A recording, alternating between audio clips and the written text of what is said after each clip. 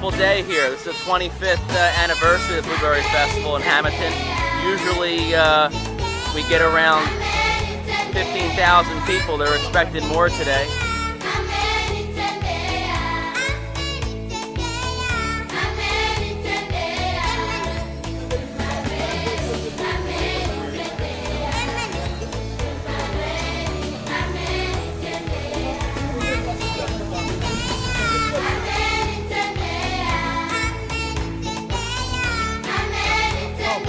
Right here. So where's the camp?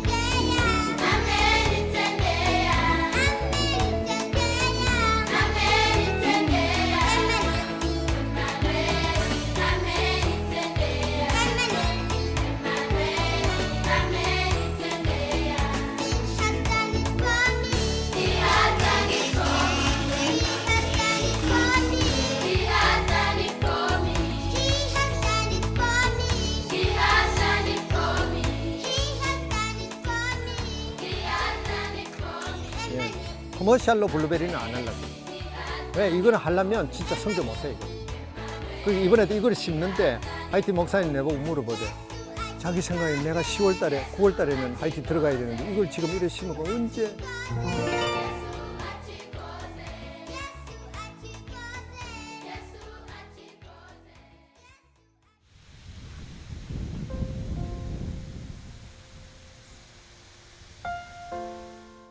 미국 영화 속에 이런 한 편을 본 적이 있습니다.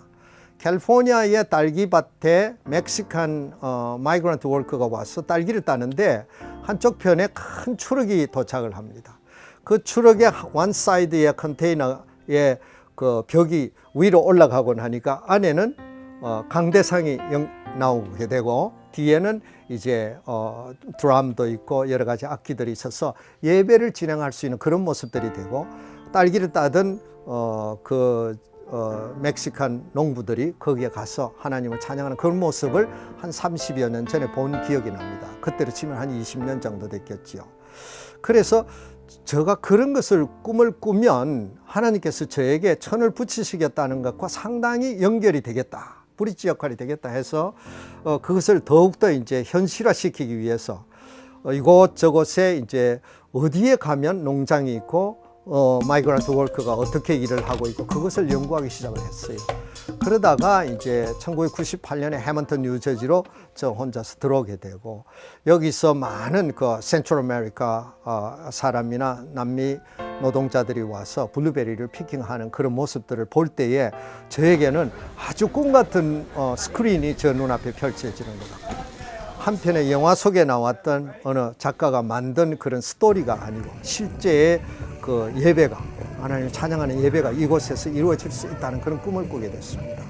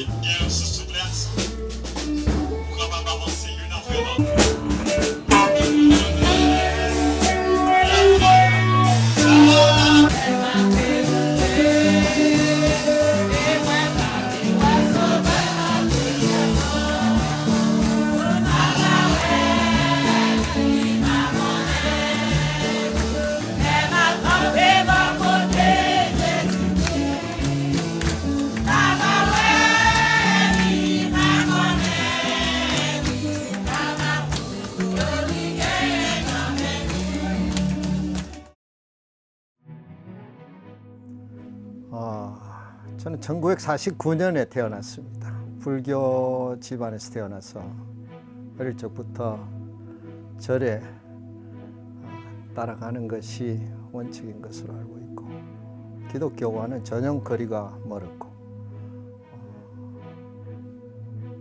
그런 가운데서 쭉 크면서도 결국은 집안 어른들 따라서 계속해서 저를 찾는 그런 사람이 되었고 그것이 좋은 줄 알았고 그것을 통해서 인생이 끝나면 극락으로 갈 것을 목표로 살아왔습니다.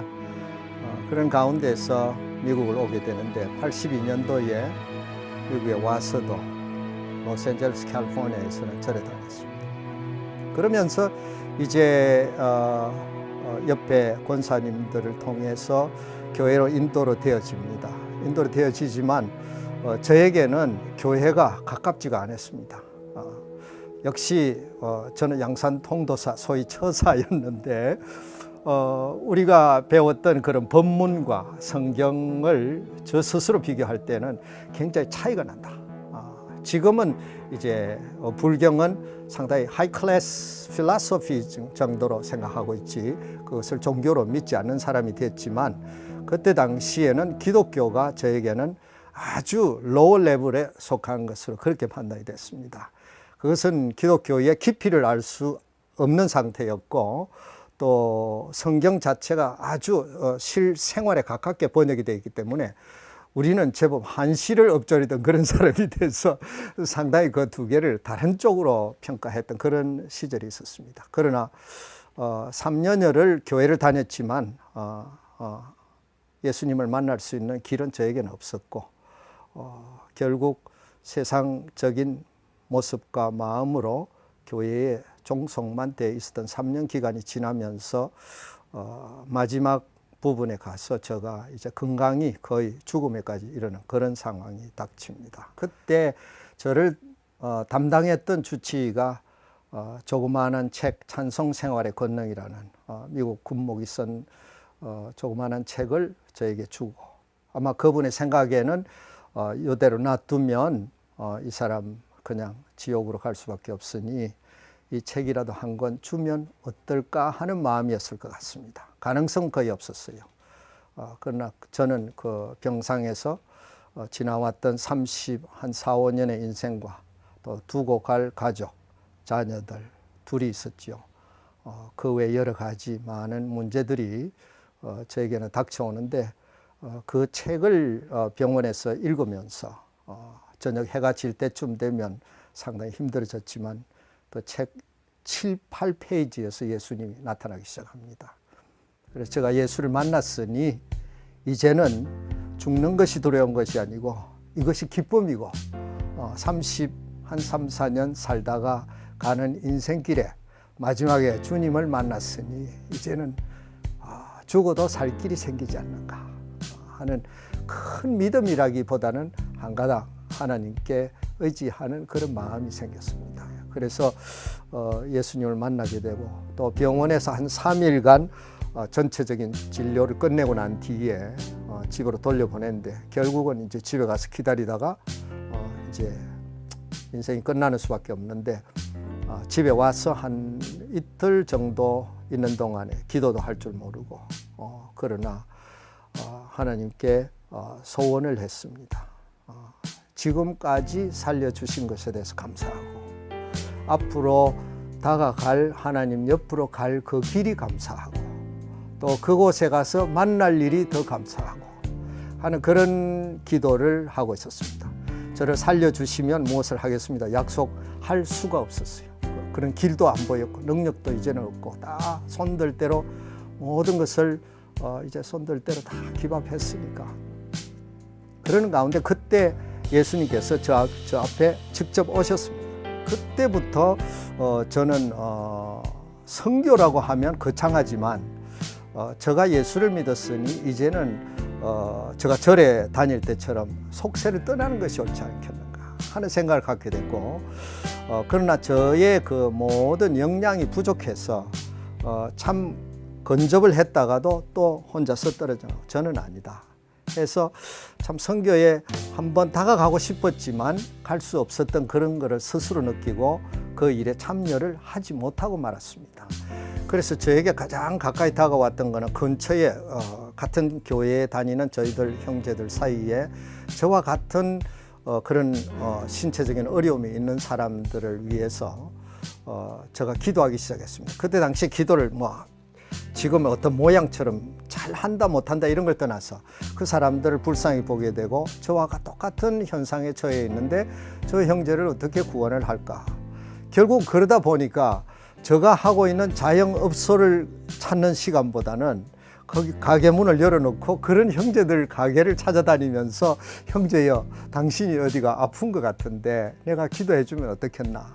그래서 가는 데마다 배척도 당하고 자기는 아프지 않다고도 말하는 사람도 있었고 저 반가이 맞은 분도 있었지만 그런 분들을 향해서 많이 찾아다니는 것을 했고 그때는 기쁨이 충만해서 도저히 제가 운영하는 그 가게 터에 가 있을지라도 어떤 가게 운영보다는 혹시 내가 어떤 손님이 오면 그냥 덤으로 무엇을 줄 것이 없는가 찾는 것이 제 하루의 일과였습니다.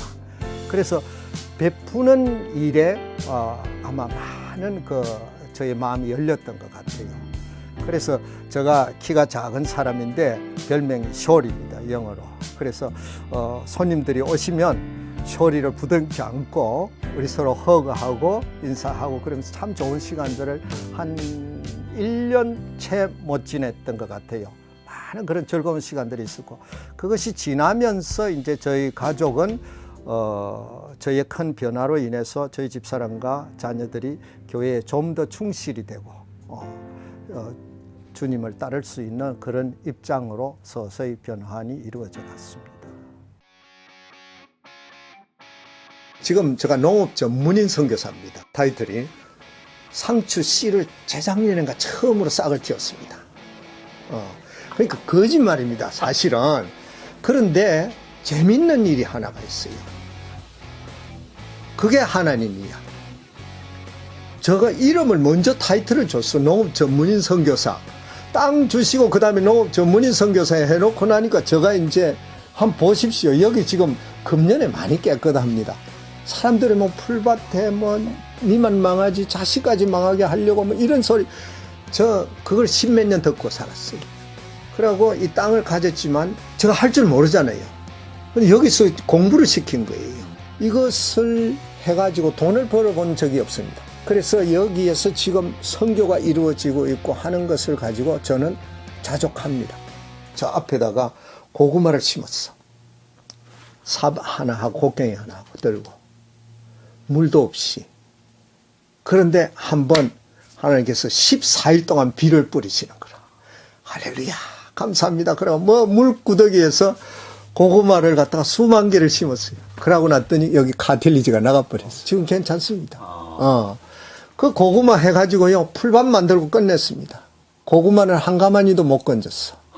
한 4만 브러치를 나올 거라고 했는데 결국 농사할 줄 모르는 사람인 거라.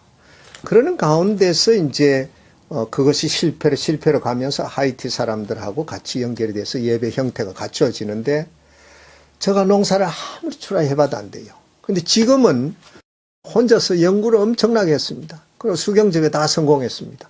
상추도 엄청나게 좋은 거 나오고요. 워터크레스도 나오고 얼마든지 할 수 있습니다. 그러면서 작년까지 하면서 도마도 기술도 개발을 해가지고 금년에 지금 이 앞부분 나무 많지요. 그게 1,500개의 포스트를 지금 박아야 됩니다. 다음 주부터. 그래서 여기가 이제 저 앞쪽 깨끗하게 클린된 데가 도마도가 한 10,000주 이상 들어갈 겁니다. 앞으로 마이그런트 워커가 다른 데로 가지 않고 저에게 직접 와서 제가 합법적으로 데리고 왔어. 일 시키고 그대로 돌아가. 왜? 우리하고 그 사람들은 잘 아니까 이제는. 슬쩍슬쩍 그냥 뭐 어떻게 써먹는 게 아니고 그 사람들 중에서 정말 필요한 사람이다. 또 지금까지는 올 수 있는 사람은 왔지만 제가 가서 데리고 오면 이 사람이 금년에 와서 조금 벌어서 들어가 살면 내년에는 다른 형제가 오고 이렇게 해서 할 수 있도록 제가 준비를 하고 있습니다. 1995년에 하나님께서 천을 붙일 테니 가라 하는 그런 말씀을 저에게 심장에 주셨어요. 그래 참 이 말씀이 과연 저는 어떻게 적용을 해야 될 것인가. 천이라는 숫자가 사람일 수도 있고 어떤 물질일 수도 있고 한데 그것이 어느 것인지도 제가 파악하기도 힘든 상태에서 천을 붙일 테니 가라 하는 그 말씀을 주셨어요. 그래서 저 나름대로 천은 너무 많고 적은 수라도 스페니시나 여기 애프로 아메리칸이나 저하고 가까이 있는 사람들과 더불어서 하나님을 나눌 수 있는 시간이 있으면 좋겠다 하는 그런 마음으로 시작을 했습니다. 그것이 결국은 지금 제가 이제 맡아서 하고 있는 이 다이아스포라 미션의 시작이 아닌가. 바로 요 옆에 있는 큰 밤나무 밑에다가 150석 의자를 만들고 강대상까지 만들고 2000년에 예배를 시도했습니다. 예배를 시도했지만 오후 시간이 다 되어오고 해는 져가는데 한 사람도 교회를 세우는데 달려오는 사람은 한 사람도 없었습니다. 그 전날까지는 많은 사람이 약속을 했습니다. 같이 예배하겠다고. 그래서 2000년 시작했을 때 저는 정말 처절하게 저의 무능함을 인정할 수밖에 없었고, 하나님의 일이 그렇게 쉬운 것만은 아니다. 열심만 가지고도 안 되는구나. 하나님께 더욱더 기도하는 시간이 필요하다. 다음 해 2001년 봄이 되는데 블루베리 나무 싹은 이제 완전히 돋아나고 날은 풀어져 가는데 하이티 사람 형제들이 돌아올 시간이 다가옵니다. 앞으로 한 두세 달이면 다가오는데 이 일을 과연 어떻게 시작을 해야 될까 하는 마음으로 기도하기 시작했는데 하나님께서 또 하라 하시는 명을 하세요. 그래서 그때 그럼 어떻게 할까요? 이제는 저제주로 하는 거는 다 해봤습니다. 하나님께서 다 인도하십시오. 어떻게 순서대로 가르쳐 주십시오. 능력은 없으니. 그래서 하나님께서 저에게 너희 땅에서 하지 말고 그 사람들이 사는 곳으로 가라. 그래서 제가 하이티 형제들이 살고 있는 캠프로 갔습니다. 음식도 준비하고 미국 목사님과 더불어서 미국 교회 형제들이 저희들을 돕기 때문에 같이 우리가 가서 강대상도 없고 마이크로폰도 없고 아무것도 없는 상황에서 떼약볕에서 나무 그늘 밑에 햇볕을 좀 가리면서 서서 복음을 전도하기 시작했습니다. 하나님 찬양하기 시작했습니다. 형제들이 모이기 시작했습니다. 첫날 우리 회집했을 때 68명이 회집했습니다. 그것이 횟수를 더하면서 준비해야 될 것도 많고 개인 사제를 털어서 하다가 보니까 마이크로폰도 사야 되고 오디오도 사야 되고 한데 한 2주 후인가 우리가 그런 시스템을 갖게 되고 또 그것을 가지니 더 사람들이 모이고 또 어디서 드럼 세트도 쓰레기통에 버려진 거 주워다가 덕테이프 발라서 우리가 북을 치고 찬양을 하고 하면서 온몸에 땀을 베어가면서 찬양하고 말씀을 전가하고 하면서 그 해 여름을 마감을 하는데 7월 말경에 150명이 회집하는 것으로 2001년에 예배가 잘 성숙하게 됐습니다. 하나님께서 저에게 분부하실 때 천이라고 했습니다. 그래서 저는 제가 염소 사역을 하는데 염소도 시작하면 천으로 합니다. 모든 것을 천으로 합니다. 모든 숫자의 기본을 천으로 맞췄습니다. 왜? 아버지가 명했었으니까 저는 시작만 하면 되는 사람이거든요. 저는 종놈이니까 종놈은 주인의 말씀만 들으면 된다 하는 그런 주의자예요. 그래서 지금 이제 처음 시작해서 68명에서 150명이 됐는데 그 다음 해 2002년이 되니까 250명까지 가요. 그래서 하나님께서 이거를 언젠가는 천으로 만들어 주시겠지 하는데 저희 사람 생각에 건너편 마을에 하이티 형제들이 또 좀 있는데 그 사람들을 데리고 오면 숫자가 500명이 될 것 같았어요. 저 마음이 들어간 거지요. 저 개인의 욕심이 들어갔고. 근데 그 일은 실패했습니다. 사람과 사람 사이에는 약속이 이루어졌지만 실제 예배에서는 실패했습니다. 그래서 회개했습니다. 하나님, 저 생각으로 카운트 안 하겠습니다. 하나님께서 일구어 가시는데 제가 급하게 갑시다, 천천히 갑시다 하고 조절 안 하겠습니다. 그래서 그 다음 해가 되면서 우리는 예배 인원이 500명을 넘어갔습니다. 그런데 처음에 1000이라고 하셨으니 1000과 500은 반밖에 안 되잖아요. 마음에 욕심은 있지만 욕심을 내지 않습니다. 그런데 이제 2009년까지 2000년에 시작해서 10년을 이제 해먼턴 농장 지역에서 사역을 해서 10년을 마감을 하면서 제가 하나님께 기도했습니다. 하나님께서 이런 좋은 스트럭처를 짜주시고 저에게 좋은 시스템도 주시고 해서 이 예배를 참 퀄리티는 모르지만 열심으로 서로가 하이티 형제나 저나 열심을 해왔는데 11년부터 20년까지는 하나님 어떻게 할까요? 하는 그런 기도를 하기 시작했습니다. 그게 2009년 가을이었습니다. 하나님께서 아무 말씀을 안 하세요. 그러면서 대뜸 염소를 한번 생각해 보아라 하시는 거예요. 염소요. 염소하고 해먼턴하고 전혀 관계가 없습니다. 그래서 궁금하고 있는 중에 계속 기도하는 중에 2010년 1월 10일 날 하이티에 대재앙인 지진이 일어났습니다.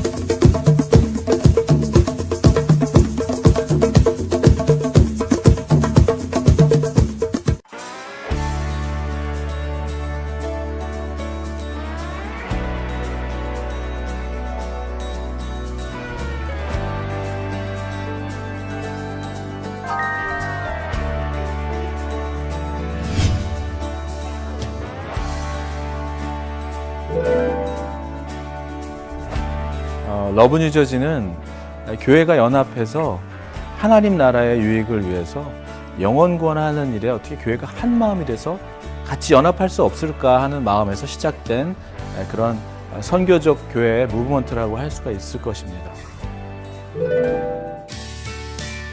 이제 각 교회들마다 다 개교회주의로 흐르고 있는 이제 교회 상황인데, 이런 것들을 하나로 결집해서 예수님께서 말씀하신 전도와 기도에 뉴저지 교계가 합심해서 나갈 때 세상에 미치는 영향력은 훨씬 극대화될 것이다.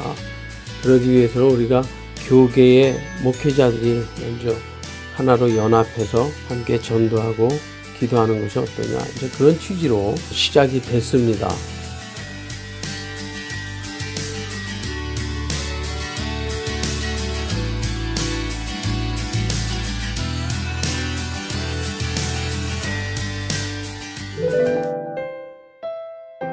사실 주일 저녁에 지금 모여서 매달 한 달에 한 번씩 회원교회를 찾아다니면서 저희가 목사님들만 찾아가는 것이 아니라 각 회원교회의 성도들까지도 같이 가서 그 교회를 위해서 기도할 수 있다는 이 마음은 놀라운 일들이 지금 일어나고 있는 것 같고요. 러브 뉴저지를 통해서 이제 교회 안에서의 내 교회뿐만 아니라 우리 모든 교회의 성장과 성숙이 같은 기쁨이 되었다는 것. 그리고 그냥 옛날에는 그냥 지나갔던 교회들이 이제는 그런 교회를 지나갈 때마다 선교적인 마음으로 그 교회를 위해서 손들고 기도하게 되었다는 것이 변화라고 말씀드릴 수 있을 것 같습니다.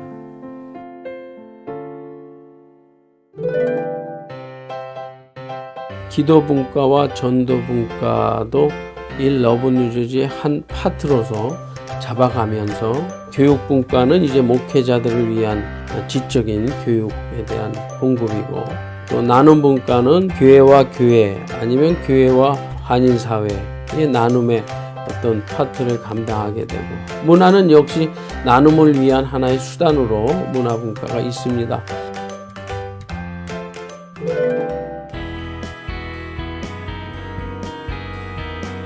지난 여름에 너의 꿈을 찍어봐라고 하는 청년 문화 행사를 통해서 정말 아름다운 일들을 처음으로 시작하게 된 것은 5개의 목사님들이 이 하나의 목적을 위해서 뜻과 우리의 물질과 또 우리의 수고와 노력들을 다 같이 모아서 하나의 전도 행사를 만들었다는 것이 정말 감격적인 일이었고요.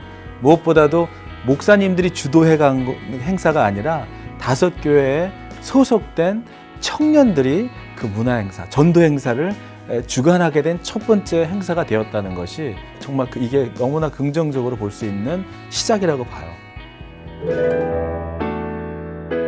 러브 뉴저지의 운동이 계속해서 건강하게 흐르게 되면 목회자나 교회들의 참여도가 높아질 거라고 생각을 하고 있습니다. 그 수많은 교회 중에 몇 교회가 아닌 교회들이 지금 시작하고 있지만 그 본질을 사수하고 정말 영혼 구원과 교회가 연합해서 하나님의 기쁨의 일들을 작은 것이라도 해나가고 있다면 불편함을 감수하고서라도 연합하려고 하고 영혼 구원하려고 하는 교회들이 정말 앞으로 더 함께 이 사역을 해나갈 수 있을 거라고 저는 생각합니다.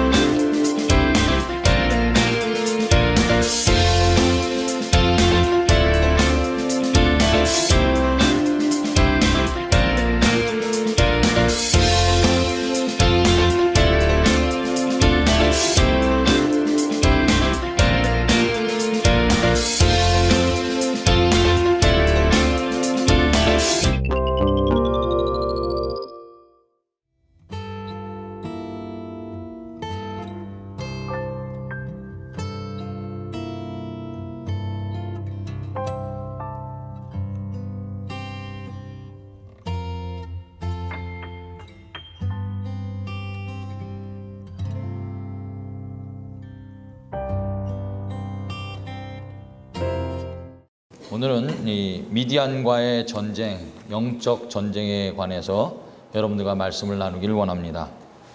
인류 역사가 생긴 이래로 이 땅에는 크고 작은 전쟁들이 끊임없이 발발하고 있어요.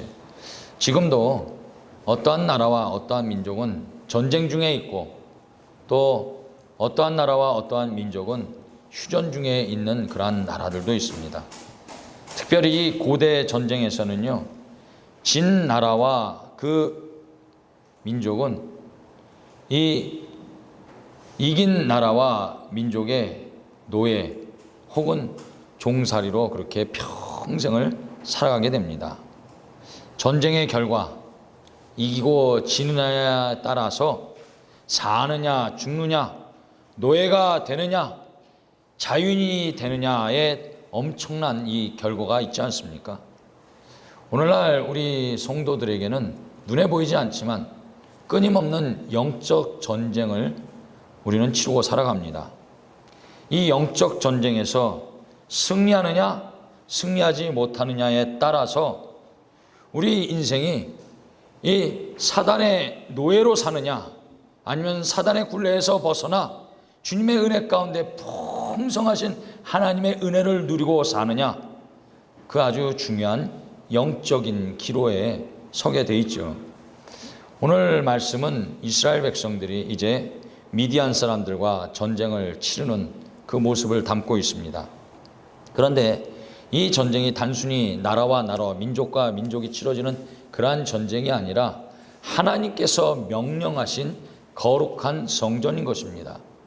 성전이라고 여겨서 혹자는 이렇게 얘기합니다. IS가 치르는 그러한 성전 아니냐라고 얘기하는데, 하나님께서 말씀하신 이 성전은 그러한 이 육적인 그러한 성전이 아니라 우리 눈에 보이지 않는 혈과 육의 싸움이 아닌 이 공중권세를 잡은 이 영적 전쟁, 그 전쟁을 말씀하고 있어요. 먼저 오늘 본문 배경을 좀 말씀을 드리겠습니다. 잠깐 이 파워포인트 PPT를 한번 틀어주시길 바라겠습니다. 뒤에 좀 틀어주실까요? 이거 다음 화면. 자, 사진을 보면은요, 이게 이스라엘 백성들이 가나안 땅에 정착되는 그러한 지형의 모습들을 나타낸 건데요. 이스라엘 백성들이 출애굽하면서 40년 동안 가나안 땅에 살았습니다. 그리고 이제 출애굽함과 동시에 쭉 들어와서 요단강을 중심으로 해서 여리고에 정착을 하였어요. 요단강을 중심으로 해가지고 위쪽으로는 조그만 호수가 보이죠? 저게 바로 갈릴리 호수입니다. 그리고 쭉 내려와서 큰 호수가 보이는데 저게 사해 바다인 것이. 이거를 중심으로 해서 이스라엘 백성들이 동서남북 삥 주위에 둘러 살았어요. 그런데 원래 이 땅에 누가 살았냐?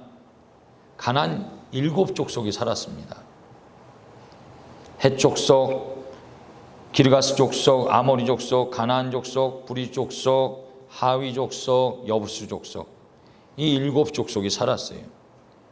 하나님께서 이스라엘 백성들에게 너희가 이 가나안 땅에 들어가 살게 되면은 이 가나안 7족속을 다 몰아내고 진멸하라.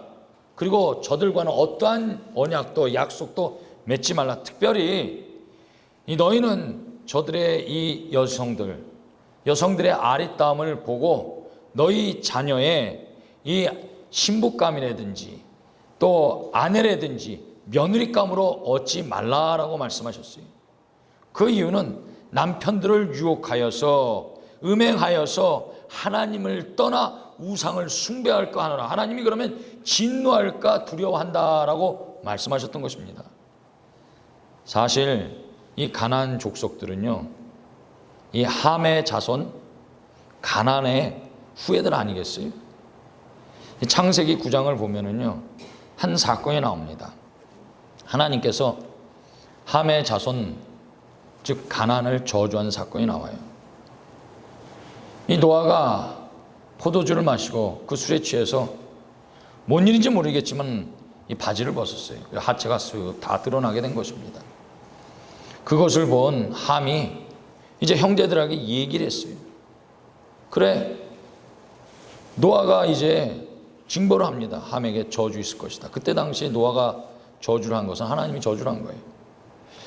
그런데 신기한 것은 이게 함이 보고 함이 형제들에게 얘기를 했는데, 그러면 함이 저주를 받아야 되는데 함이 저주를 받지 않고 함의 아들인 가나안이 저주를 받았습니다.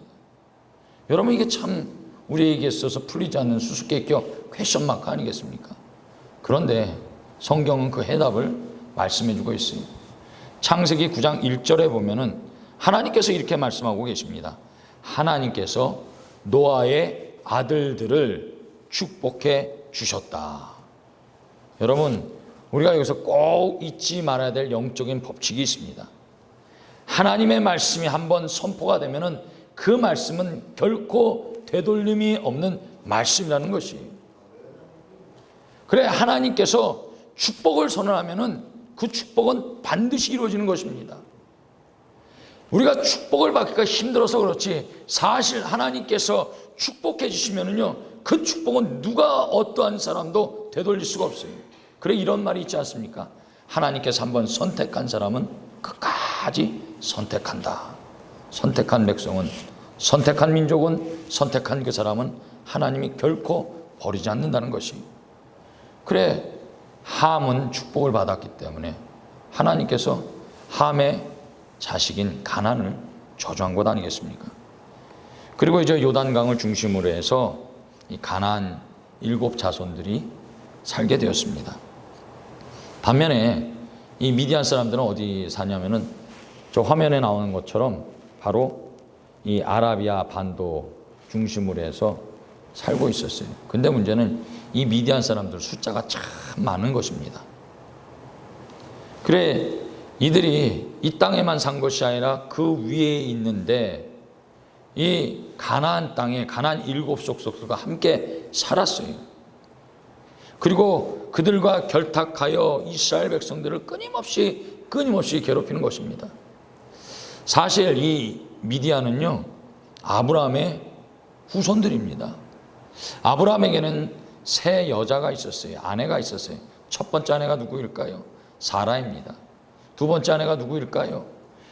이 하갈입니다. 그렇죠? 후처, 몸종, 사라의 몸종, 이 하갈이었었어요. 그리고 대지막에 한 130, 40살 됐을 쯤 해서 얻은 또 하나 첩이 있는데 그 여자 이름이 바로 그두라인 것이에요. 향기로운 여인이라는 뜻이죠. 이 그두라라는 여인이 6 아들을 낳았어요. 그 중에 4번째 아들이 바로 이 미디안인 것이에요. 어떻게 보면은 이스라엘 민족들과 친척간이 아니겠습니까? 그럼 이스라엘 백성들이 힘들고 어려우면 도와줘야 되는데 오히려 도와주기는 그냥 연합하여서 미디안 족속들이 가나안 이 족속들과 연합하여서 이스라엘 백성들을 괴롭히고 힘들게 하였어요. 거짓 선지자 발람을 또 이렇게 충동질하여서 이 가나안 7 족속들 그 사람들을 동원하였고 또 미디안의 아름다운 여인들을 동원하여서 이스라엘 백성들을 음행하게 하였고 또 이스라엘 남자들을 음행하게 한 다음에 우상을 섬기게 했어요. 그 결과 저들이 하나님을 멀리하였고 또 하나님을 부정하게 되었고 하나님과 함께 동행하는 삶을 살지라는 것이. 하나님이 이것을 보시고요, 저들을 진노하시기로, 징벌하시고 심판하시고 결단한 것이에요. 그런데 한 가지 성경을 보면서 흥미로운 것은 사실 이번 전쟁은요, 여호수아가 진두지휘하는 것 아니겠어요? 가나안 정복 전쟁을 보면은 다 여호수아가 이 전쟁을 지휘합니다. 그런데 오늘 본문을 보니까 여호수아가 이 전쟁을 진두지휘하는 것이 아니라 제사장이 이 전쟁을 진두지휘합니다. 그것도 어떻게 해요? 예를 들어서 이 성전 기구들, 이 교회 예배당 안에 있는 마이크라든지 아니면 이 헌금 바구니라든지 이런 성전 기구들을 들고 그리고 나팔을 불면서 제사장 비느하스가 전쟁에 임하는 거예요. 왜 그럴까요? 이스라엘 백성들은 거룩해야 되는데 거룩하지 못하고 우상을 숭배하면서 죄악 가운데 젖어 있었어요. 그래, 그 모든 죄악을 닦아내기 위한 전쟁이 오늘 본문에 나온 이 미디안과의 전쟁인 것입니다. 그래 이 전쟁이 육적으로 보이는 전쟁이 아니라 영적인 전쟁인 것이에요. 사랑하는 성도 여러분, 오늘 우리가 주일이 되어서 주일날 교회에 나와 왜 예배를 드립니까?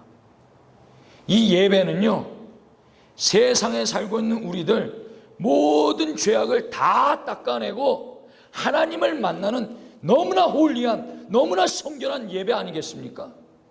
이 세상은요, 죄악으로 아주 가득 찼습니다. 한번 뉴스를 한번 자세히 보십시오. 신문 한번 자세히 보십시오. 제가 한번 얼마 전에 신문을 보면서 이런 생각을 들었어요.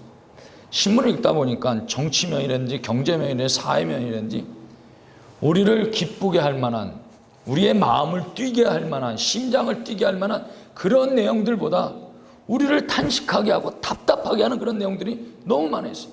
정치인들은 정치인대로 싸우고요, 사회적에서는 사회면에서는 부정적인 요소, 그러한 험난한 이야기들이 참 가득 차 있는 것을 보게 됐어요.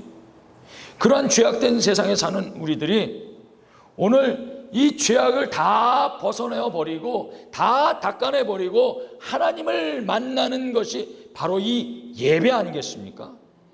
예배가 너무너무 중요한 것입니다.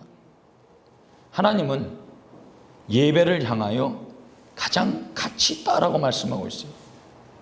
민수기 28장 1절서부터 8절에 보면 예배에 관해서, 제사에 관해서 쭉 말씀하고 있습니다. 그런데 이 가치 있는 예배, 귀한 예배를 그냥 드리는 것이 아니라 먼저 정한 시간에 예배를 하나님께 드리라고 말씀하고 있어요. 아무 때나 우리가 예배를 드리는 것이 아니라 정한 시간, 8시면 8시, 10시면 10시, 11시면 11시, 7시면 7시 정한 시간에 정확히 아침과 저녁으로 하나님 앞에 예배를 드리라라고 말씀하고 있습니다. 미국 이민교회는 그런 교회가 좀 많지는 않지만 제가 어렸을 때 한국에 보면은요, 아침과 저녁으로 예배를 드렸어요. 아침에 뭐 7시부터 시작해가지고 7시, 뭐 9시, 11시, 1시, 3시, 뭐 7시, 저녁 7시. 맨 마지막 예배가 7시였었어요. 그렇게 예배를 딱 드리고 나면 하루 주일을 마감을 하였습니다.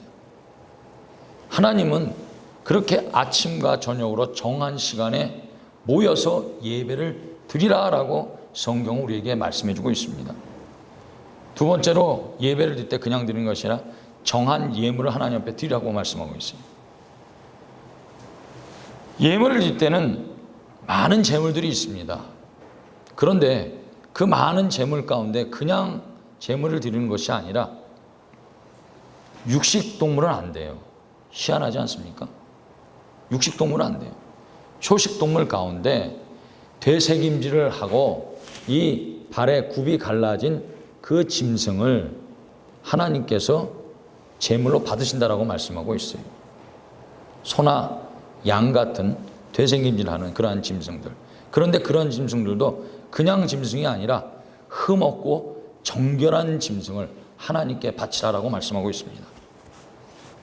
마지막 세 번째로는 정한 장소에 가서 예배를 드리라고 말씀하고 있어요. 즉 회막이지요. 회막은 이스라엘 백성들이 유일하게 하나님을 만나는 장소인 곳입니다. 오늘날로 치면은 각 지역에 흩어져 있는 이 교회를 의미하고 있어요. 교회는요, 하나님을 만나는 매우 귀한 장소인 것입니다. 자, 이제 본론으로 들어가서 오늘 미디안과의 전쟁이 우리에게 주는 영적인 의미가 무엇인지를 한번 살펴보기를 원합니다. 먼저 우상 숭배입니다. 오늘 본문 2절에 보니까 이스라엘 자손의 원수 미디안을 다 진멸하라라고 말씀하고 있습니다. 하나님께서 레위기 19장 18절에 보면은 원수를 갚지 말라라고 말씀하고 계십니다. 원수 갚는 일은 내일이니 너희들은 원수를 갚지 말라. 오히려 그 원수 갚음으로 인하여 그 원수 갚음의 이 보복이 너희한테 돌아올 것을 하나님께서는 걱정하고 계세요. 그래 원수 갚지 말라 그랬어요. 근데 오늘 본문을 보니까 오히려 하나님께서 미디안과의 전쟁은 원수를 갚는 전쟁이니 가서 너희는 원수를 갚으라라고 말씀하고 있습니다. 원수를 갚지 말라라는 하나님의 말씀에 오늘 우리는 퀘션 마크를 좀 달 수 있는 것 아니겠어요? 하나님께서 왜 이스라엘 백성들에게 원수를 갚지 말라라고 말씀하신가 동시에 오늘은 원수를 갚으라라고 말씀하고 계실까요? 이 미디안과의 전쟁은요, 이스라엘 백성들에게 개인적인 원수를 갚는 것이 아니라 하나님을 욕되게 하고 하나님의 거룩해야 될 백성들을 이제 유혹하여서 음행하게 하고 우상 숭배하게 하게 한 하나님의 대적자들을 원수 갚으라라고 말씀하고 있는 것입니다. 여러분, 하나님이 가장 싫어하는 것이 무엇일까요? 하나님이 가장 싫어하는 것이 무엇일까요? 오늘 우리가 성경을 통해서 한번 알 수가 있는데 출애굽기 20장 4절 말씀 우리 함께 찾아보실까요? 출애굽기 20장 4절 말씀.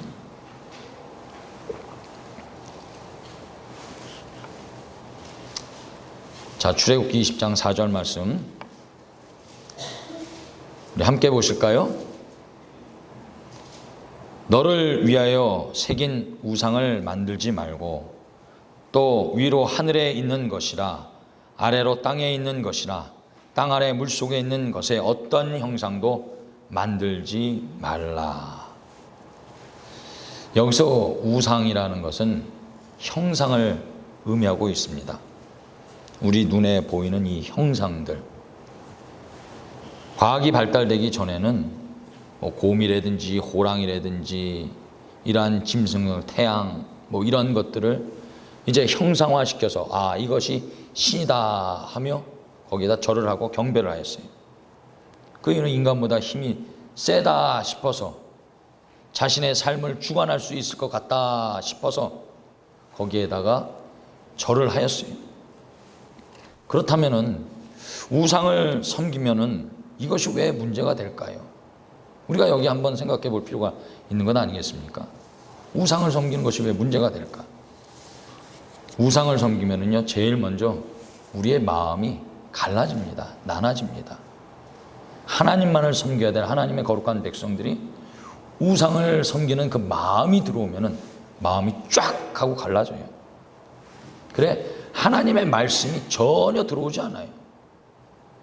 한쪽으로 마음이 쏠려가지고 우상을 섬기는 그러한 일에 마음이 쏠려가지고 하나님의 말씀이 전혀 들어오지 않아요.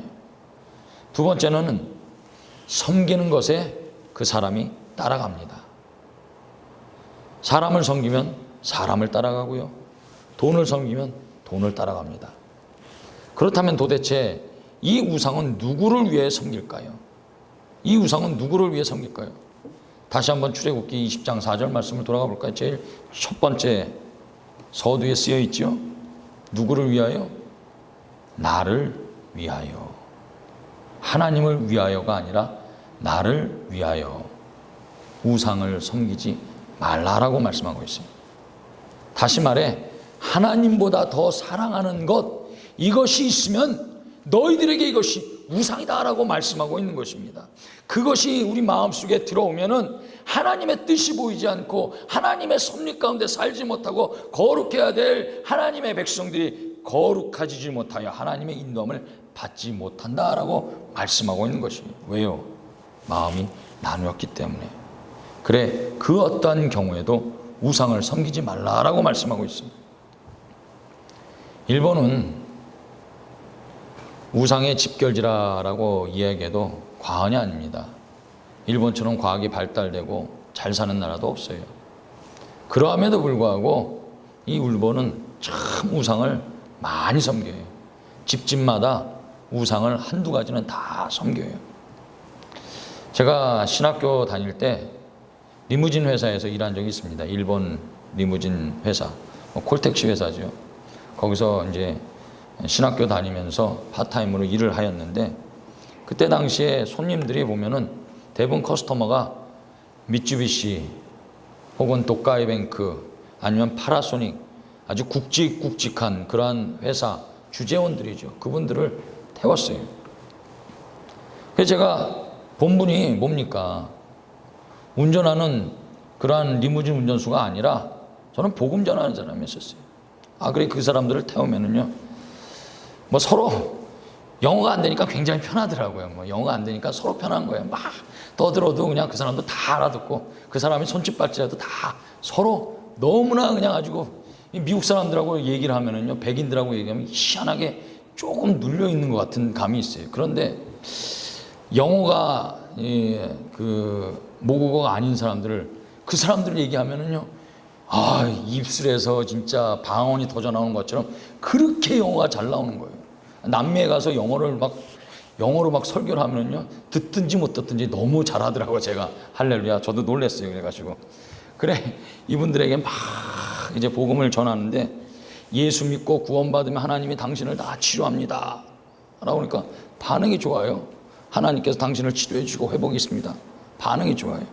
그래 제가 당신들도 제가 믿는 예수를 믿었으면 좋겠습니다 라 그러면 이분들이 어떻게 합니까? 절대로 노를 안 해요. 믿겠다고 하이 그러더라고요. 그러면은 제가 이때서부터 문제가 되는데, 이 사람들이 뭐 똑똑한 사람들 아니겠습니까? 뭐 일본의 도쿄대학, 게이오대학, 명문, 한국에 치면 뭐 서울대학교, 뭐 연대, 고대 나온 사람들 아니겠어요? 그래 이분들에게 예수를 믿는 조건이 있다. 그 조건이 뭐냐? 당신이 믿고 있는 모든 신들을 다 버리고 오직 예수만 섬겨라. 그러면 그때서부터 얼굴이 확 굳어지는 거예요. 그렇게는 못한다는 거예요. 왜냐하면 지금 자기가 섬기는 이 신들이 자기를 지켜주고 자기를 지금까지 형통케 해준 신인데 어떻게 이걸 버리냐는 거예요. 이 신도 믿으면서 예수도 함께 믿겠다는 거예요. 그래서 그렇게 하면 안 된다. 그 신들을 다 버리고 예수만 믿어라 그러면 그렇게는 못한다 라고 하면서 예수를 끝내는 거부하더라고요. 마치 출애굽기에 나온 이 말씀처럼 누구를 위하여? 너희들을 위하여, 나를 위하여 그렇게 예수를 믿지 말라는 것처럼, 자신에게 이득을 갖다 주는 예수, 자신의 삶에 형통을 갖다 주는 예수, 하나님은 이렇게 믿는 것을 우상이라고 말씀하고 있는 것 아니겠습니까? 그것을 우리 마음속에 있는 모든 이 우상의 존재들, 하나님보다 더 사랑하는 그 우상의 존재들을 다 송두리째 뽑아내라라고 말씀하고 있는 것이, 그래야지만이 우리가 영적 전쟁에서 승리할 수 있다라고 말씀하고 있는 것입니다.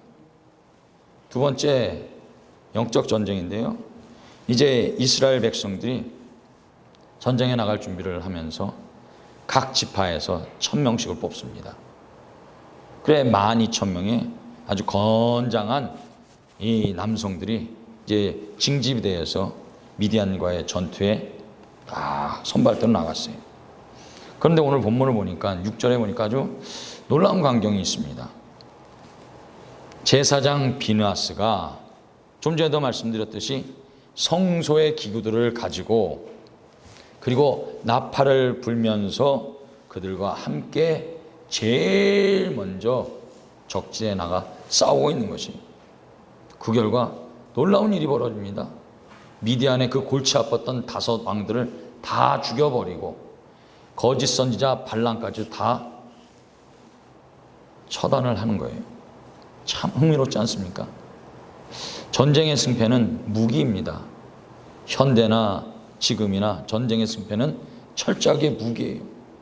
그런데 이 미디안과의 전쟁에서는요, 뭐 미디안 사람보다 더 성능이 좋은 그러한 창, 칼, 방패 이런 것을 가지고 싸운 것이 아니라 성전에서 쓰는 이러한 기구들, 예를 들어서 우리 눈에 보이는 이러한 드럼들, 마이크들, 뭐 아니면은 이러한 스탠드들, 강대상, 성경책 이런 것들을 가지고 나팔을 불고 나가 싸우니까 미디안의 그 골치 아팠던 5 왕들, 이스라엘 백성들을 괴롭혔던 미디안의 그 5 왕들을 다 섬멸하고 거짓 선지자 발람까지 다 척결하는 놀라운 대승을 거두게 되었어요.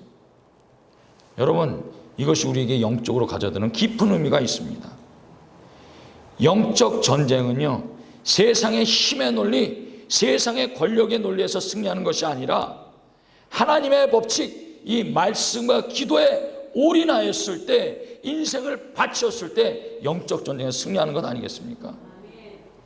오늘 불렀던 이 찬송 함께 좀 기도하고 싶었던 내용이 있는데 이 찬송 보니까 가사가 너무 좋아요. 보니까 찬송 가성에 뭐가 있습니까? 하나님 말씀에 운명을 가는 자. 야, 대단하더라고요. 갑자기 제 마음을 설레게 했습니다. 하나님 말씀에 생명을 거는 자. 하나님 말씀에 운명을 거는 자. 누가 이 사람을 감당할 수가 있겠습니까? 감당 못해요. 하나님 말씀에 자신의 목숨을 내어 던지는데 누가 감당을 하겠습니까? 사단이요. 결코 감당 못합니다. 영적 전쟁의 승리의 법칙은 하나님 법칙 안에 있습니다. 하나님 말씀에 운명을 걸고 기도에 전무후무했을 때 하나님은 그 사람을 높이 들어서 그의 이름을 빛나게 해준 것 아니겠습니까? 좀 오래전 얘기인데 영적인 일이에요. 제가 청년 시절 때 불을 받았어요. 불을. 지금도 막 뜨겁지만 그때 당시엔 더 뜨거웠는데 이 성령의 불을 받으니까 막 사람이 참 할렐루야 되더라고요. 너무 신앙생활하는 게 행복하고 교회 오는 게 기쁘고 특별히 이 기도하는 게 참 즐거웠었습니다.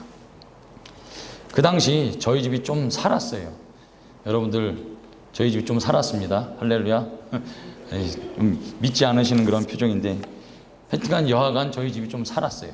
좀 살았습니다.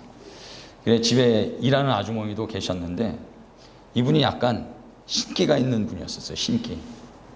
혼자서 얘기하는데 그냥 혼자서 얘기하는 것이 아니라 가만 들어보니까 제가 6.25 때 죽었던 사람들 그 사람을 불러내가지고 막 얘기를 해요. 참 재밌더라고요. 그러면 제가 또 이게 하는 게 있어가지고 뜨거운 게 있어가지고 기도를 합니다. 그냥 기도하는 것이 아니라 성령의 불을 받았기 때문에 방언으로 기도해요. 방언으로 이제 제 방에 올라가가지고 막 기도해요. 왈랄랄랄랄라 기도하면은 희한하게 영적인 법칙이 참 희한한 게요. 막 그렇게 기도를 하면은요, 그 아주머니가 막 일하면서 막 얘기하다가 그 얘기가 딱 스톱되는 거예요. 그래서 신기해가지고 제가 방언 기도를 딱 멈추잖아요. 그러면 이 아주머니가 또 떠들어요. 막 떠들어요. 그러면 제가 또 올라가지고 막 왈랄랄라 기도하면은요, 딱 멈추더라고요. 왜 그런 줄 아십니까? 영은 영끼리 하는 겁니다. 영성학자라고 표현해야 될까요? 영성 목회자이시죠. 이천수 목사님 지금 아주 유명하신 분입니다. 영성 목회 대가이신데 그분이 충청도에서 이제 집회를 하셨을 때 미친 사람이 있었대요. 귀신 들린 사람이죠. 그 사람이 있었는데 이제 집회 도중에 방언으로 막 기도하니까 나중에 방언에 대한 거를 말할 기회가 있으면 좀 자세하게 얘기를 할 텐데요. 방언하시는 분들은 방언 많이 하시길 바랍니다. 방언은 참 좋은 것입니다. 방언으로 막 기도하니까 이 미친 사람이 두려워가지고 아주 그냥 옴짝달싹 못하고 어디 저 구석에 숨어 있다 그래요. LA에서 저도 한번 그런 경험을 했습니다. 데릭 덱스터라고 있는데 지금은 목사님이 되신 분인데 그분 집에서 이제 방언 기도를 하는데 이 친구가 보통 사람이 아니에요. 입양된 형제인데 이 형제가 자기가 이제 무당이 되겠다고 유명한 산들을 다 돌아다닌 겁니다.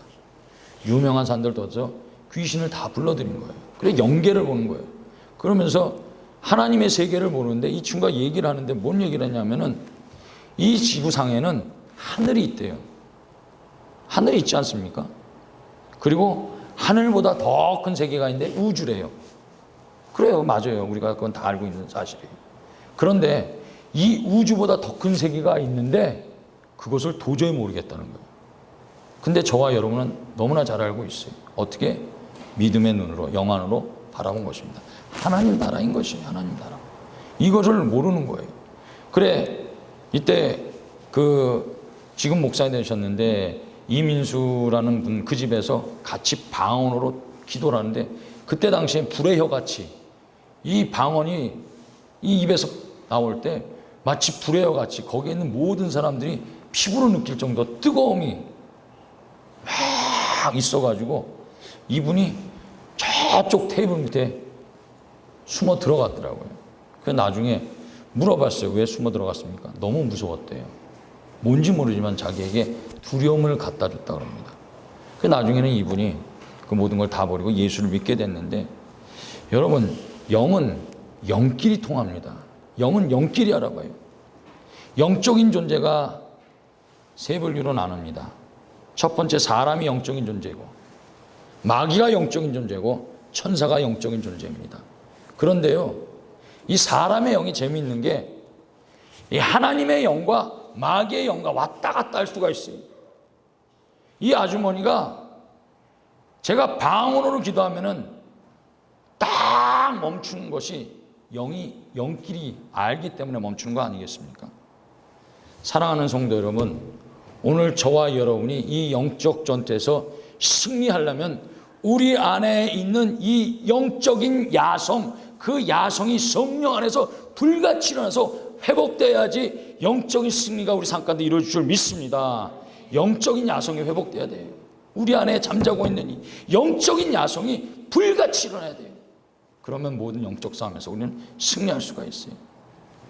집에서 기르는 이 강아지라 할지라도요, 핏기가 서려 있는 생고기를 한번 강아지에게 줘보세요. 그 강아지가 어떻게 변하나? 사나워집니다. 다시 말해서 이 짐승의 본능, 사냥하고픈 본능, 야성의 본능이 집에서 기른, 사람 손에 기렀던 이 강아지의 마음 속에서 그 본능이 살아나는 것이에요. 오늘 저와 여러분, 이러한 영적인 야성이 충만히 성령 안에서 회복되길 소망합니다. 영적인 야성이 회복이 되면은요, 낙담하지 않습니다. 좌절하지 않습니다. 베드로와 사도 바울이 감옥에 갇혔는데 좌절했습니까? 낙담했습니까? 오히려 저들은요, 할렐루야를 불렀어요. 하나님께 더 크게 쓰임받지 않았습니까? 영적인 야성이 있었기 때문인 것이. 오늘 우리 안에 이 영적인 야성이 회복되길 소망합니다. 그래, 모든 이 영적 전쟁에서 크게 승리해서 주의 이름을 높이는 복된 우리 모두가 되시길 예수님의 이름으로 간절히 축원드립니다. 그렇습니다. 우리는 날마다 매 순간마다 영적 전쟁을 치르면서 살아요. 그런데 이 영적 전쟁이 귀신을 쫓는 일에만 영적 전쟁을 치르는 것이 아닙니다. 우리가 주님을 섬기는 일, 성도를 온전케 하는 일, 봉사하는 일, 그리고 성숙한 그리스도인의 모습으로 살아가는 이 귀중하고 아름다운 선한 사업에 이 사단들이 얼마나 많은 방해를 합니까? 그 영적 전쟁에서 이겨야 되는 것이에요. 그렇다면 무엇으로 이깁니까? 다시 본론으로 들어가서 이 말씀과 기도밖에 없다는 것입니다. 말씀과 기도로 영적 전쟁에 승리해야 되는 것이에요. 우리 예수님께서 말씀하셨어요. 이런 이유는, 이런 문제는 기도와 금식밖에 없느니라. 바로 며칠 전에 제가 금식을 했어요. 며칠 동안. 금식을 하니까 영이 살아나더라고요. 영이 확 살아나더라고요. 여러분, 우리가 전쟁에서 이겨야지 승리자가 되는 것 아니겠습니까?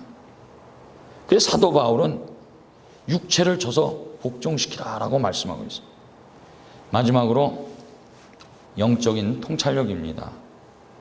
이제 승리하고 돌아온 이스라엘 군인들을 맞이하러 이스라엘 백성들이 쭉 진영에 나왔어요. 근데 나와 보니까 이스라엘 군인들이 자기들만 오는 것이 아니라 미디안의 여인들 그리고 아이들 함께 이들을 데리고 오는 거예요. 그것을 본 모세가 진노를 하여 이스라엘 군인들을 책망을 합니다. 너희들은 어찌하여 하나님께서 진멸하라고 한 이 미디안 사람들을 데리고 오느냐 하면서 이스라엘 백성들을 향하여 크게 진노해요. 왜 그럴까요? 하나님은 사랑의 하나님이라 그러는데 그 조그만 아이들 그리고 연약한 여인들을 데려왔는데 생명을 살려줬는데 왜 그럴까요? 이걸 우리가 육의 눈으로 바라보는 것이 아니라 영적인 눈으로 바라봐야 하는 것입니다. 하나님 분명 사랑의 하나님이십니다. 그러나 하나님은 죄와는 타협하지 않으시는 하나님이세요.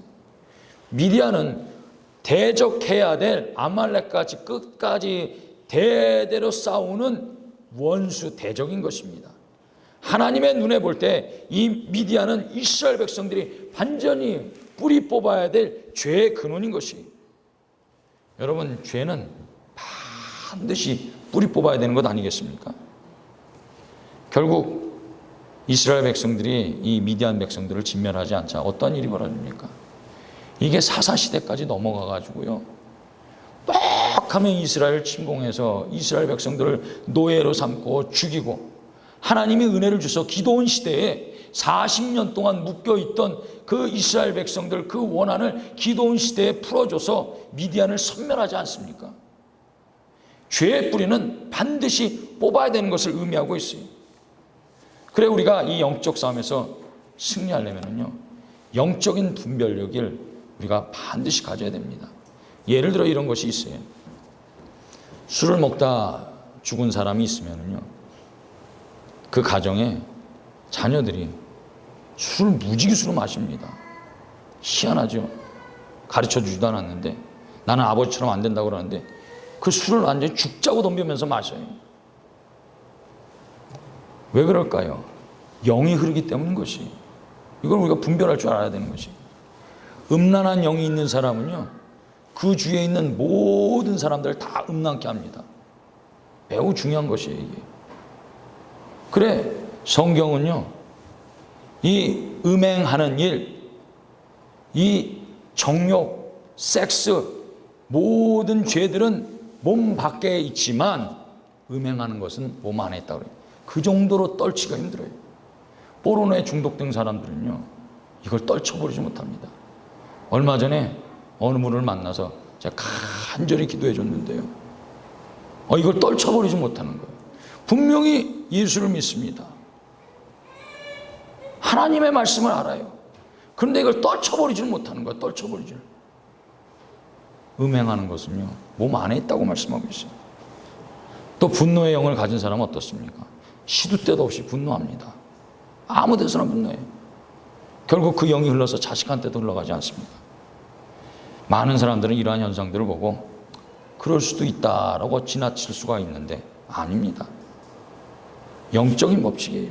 분별할 줄 알아야 돼요. 그것을 뿌리채 뽑아내야 되는 것입니다. 영적인 원리인데요, 이거 죄를 뿌리 뽑지 않으면요, 이 죄의 뿌리가 사단을 불러일으킵니다. 사단을 불러 모아요. 예를 들어서 이 예배당 안에 파리를 한번 불러 모은다고 칩시다. 그러면 파리한테, 파리야 이리 와라 이리 와라, 내가 너희를 불러 모을 테니 사랑하니 이리 와라 그러면 파리가 옵니까? 이리 와라 그러면 더 도망가요. 그런데요, 이 예배당 안에, 이 건물 안에 더러운 구더기라든지 아니면 똥을 한 바가지 딱 뿌려보십시오. 그럼 지구상에 있는 모든 파리가 다 달려올 겁니다. 죄의 뿌리가 이와 같은 것입니다. 죄의 뿌리는요, 우리 안에 남겨져 있으면 사단이 그 죄의 뿌리를 통하여 깊숙이 우리에게 침투해서 우리를 망하게 만드는 것이, 그래 그것을 분별하고 차단해야 되는 것입니다. 말씀을 맺겠습니다. 중국 위나라에 계량이라는 사람이 살았어요. 그가 이제 초나라로 망명 가는 그 길에 수레를 끈 한 사람을 만나게 되었습니다. 그 사람이 이 초나라로 가려면 어떻게 가야 됩니까? 남쪽으로 가야 됩니다 라고 묻자, 그러면 나도 초나라로 가는데 우리 같이 동행합시다 라고 하여 이 계량이 그 마차에 같이 동승하여 초나라로 가게 되었어요. 근데 문제는 이 마차가 남쪽으로 가야 되는데 북쪽으로 자꾸 가는 거예요.